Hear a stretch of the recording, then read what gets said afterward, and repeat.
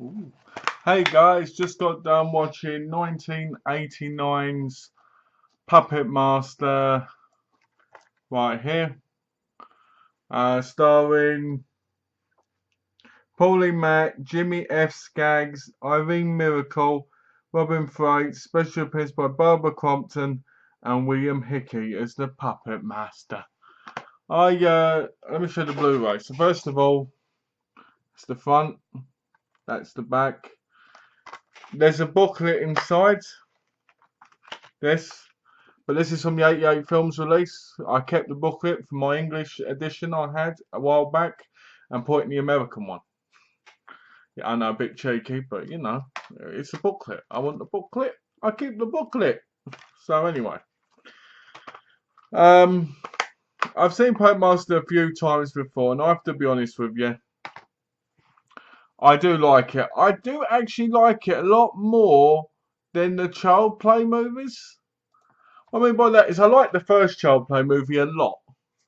But I don't know, maybe because it's got more puppets in it than a doll, you know? I know puppets and dolls are different, but I don't know. So let's get on with the story. So at the beginning, you see an old man. That's right, an old man, and you see this Asian-looking Genghis Khan-like puppet, like in circus wear, looking out the window, and you see it go like this, and you go, oh yeah, and then basically you see like this first-person view of something running along, and the Asian puppet looks at this old man, and basically the old man goes, I know they're coming, aren't they? Well, he's supposed to be German, I think. I think it's meant to be German. But it's really funny because you've got the puppet running to get to him, and you see these two guys in black.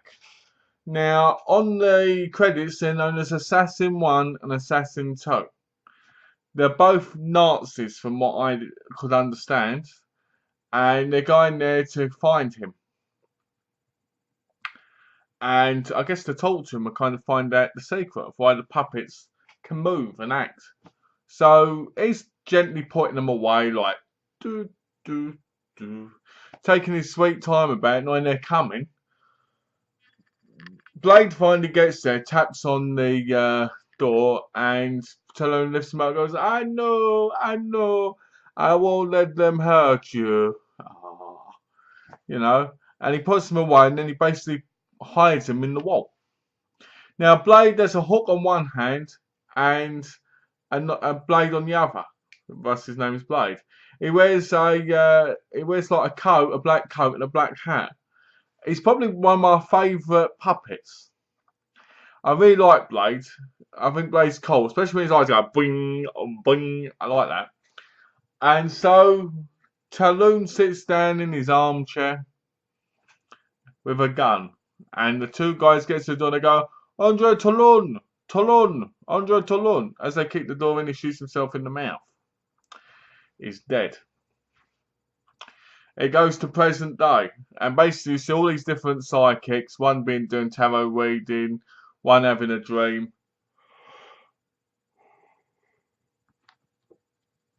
And basically what happens is they're all called to go to the hotel of where Talon died by Neil Gallagher. Yep, that's right, Neil Gallagher. My Wonderwall. No, Neil Gallagher. And Oasis. That's it. But anyway. So Neil Gallagher calls them basically, and they all go there to find out he's dead. He's in his coffin, dead. Right. His wife says he's dead. He's a goner. So another. He clocked out. So basically, Frank and the two other women, I think one was Dana, they don't believe it. So they wait for the other sleeve and they stick a large pin into his body. And they go, he's dead alright. So you get to meet them and they're all quite snarky. The only nice one really is Alex. The others are a little bit, how can I put it? Dana seems quite nice. but they seem to be more about the money and finding out what the secret was of Talon. And one of them, I can't remember her name. I think it's Clarissa. She's with Frank, and she can feel people in the background, like people who've been in the bed. She can feel it and get off to it, kind of thing. Like she feels exactly what they felt, which was interesting. So you kind of get to meet them all when you're like, nah. Ooh. The only one that was interesting is Paulie, Matt's, Alex, and even he's a bit dreary. So you get to meet them all. They all basically go on about how Neil was horrible and how he was only out for himself. And then comes the death scenes. One woman gets killed by the fireplace, just hit on the head, and the blood goes. But the best one has to be, I think it's Dana's.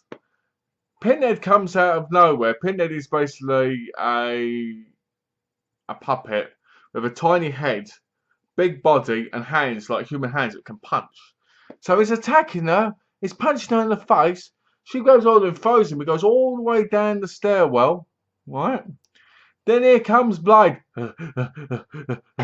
She gets in the lift. Manages to get away from him. The lift goes down. Who runs in? Pinhead. She pushes him away again. And Blade comes down. Instead of pushing him straight away, she looks at him and goes, oh, and he goes, slits her throat. I like that death the most. Well, maybe. There's another death with Frank and his partner, where she's riding him in the bed like, oh yeah, and you're like, go cowgirl, yeah, oh yeah, that's it, do it, baby, and you're like, wow, I wish she was riding me like that, because that sounds pretty good. And not Pinhead, Blade is looking through the, through the keyhole. And all of a sudden his eyes go boing, and he's like, ooh, you can see it in the face, like, ooh, and you're like, is Blade? I think Blade's a pervert, and he likes beating women up or killing them. That seems to be Blade's thing.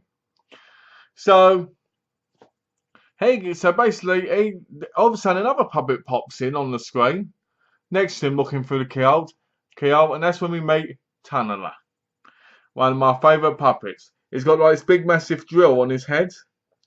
It's really cool because he goes, aka why it's called Tunneler. So basically, he sneaks in the room and she thinks she sees something. She goes, "There's someone in the room, Frank," and he's tied to the bed and got a blindfold on. So she gets off him. She looks under the bed, and one of the best animations I've seen, like puppet animations, is Tunneler walking over to her where she's under the bed, goes and goes right in her head and kills her. I really like that scene. I thought the animation in that scene was really, really good. Especially considering they were hand puppets most of the time. Something you can witness if you watch the scene again where Blade looks through the keyholes. There's a slight bit where you can see someone's hand when he's climbing up the chair. Something I noticed. So Frank's all like, what happened? What happened? And that's when you meet another puppet, Leech Woman. What does Leech Woman have? Well, other than nice puppet cleavage, she goes like this, and leeches come out. So at first she's nibbling on his body because he's got blindfold. And he goes, oh, and you're like, yeah, get in there. And she starts like, and the leeches go on his body, and he goes, freaky, and he goes, oh, I'm in a lot of pain. Don't do that. But the time blindfold comes, there's got like 4 leeches on him. And then basically, if you hear him, you just hear him scream, kind of thing, and that's it.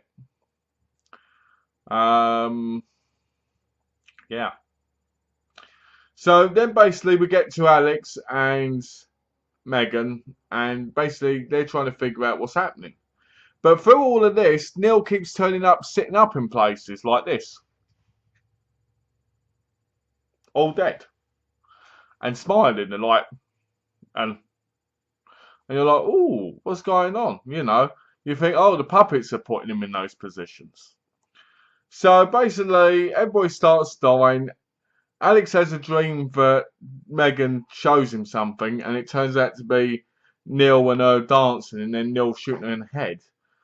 But she goes down, and it turns out she's showing him like this diary of what Talon's diary. So they walk back down, and all of a sudden, who walks in? All these dead bodies are on the dining table, sitting there. Who walks in? None other than Neil Gallagher. It's my wonderwall. And basically, he starts going on about, I'm alive, and I found Talon's secret. And Alex says to him, why did you kill everybody? He goes, because I knew you'd all eventually find out I knew Talon's secret, but I found it out, and you all had to die, right? And you're like, makes sense. You want eternal life, you don't want anyone else knowing so they can steal from you? Yeah, why not? I think I'd do the same thing if I could get away with it, And then what does he do? He says, I want to keep you two as test subjects because I'm sick and tired of doing it with dolls. And he throws Jester. Yeah, Jester's the one that basically swaps his face around. Ooh, and boom. Throws him across the room. And that's when hell breaks loose. Because you're like, ooh, because Blade starts going with his blade starts. And Tunner's things are going, and you're like, I think somebody's just awoken the bad guys. Now, they basically ends up in a really terrible fight with Alex, and then he ends up in basically the elevator, where Pinhead basically breaks it, basically locks the door. But before all that, Neil says to Alex, I cannot die, and basically Alex says to him, not in a natural way. And it's true.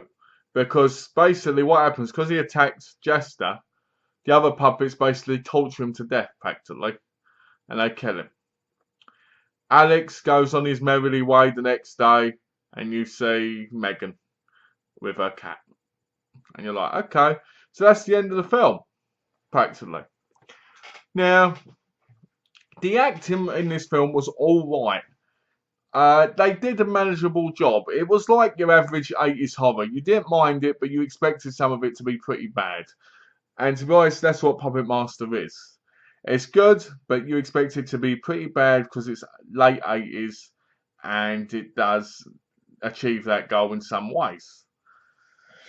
All the puppets are fantastic. I love the puppets. I love Tunnela, I love Pinhead, I love Blade, I love Tunnela, I love Leech Woman.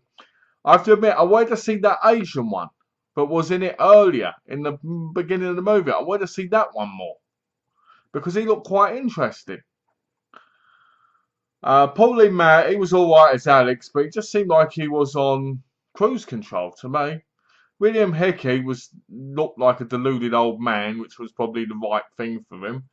And the rest were pretty decent. I would say Neil Gallagher, Jamie F. Skaggs, was probably one of the best characters in it. He wasn't alive long in the movie, because he was right at the end. But he was one who seemed to bring passion to it. Seemed to really go, woo, innit? And bring it out.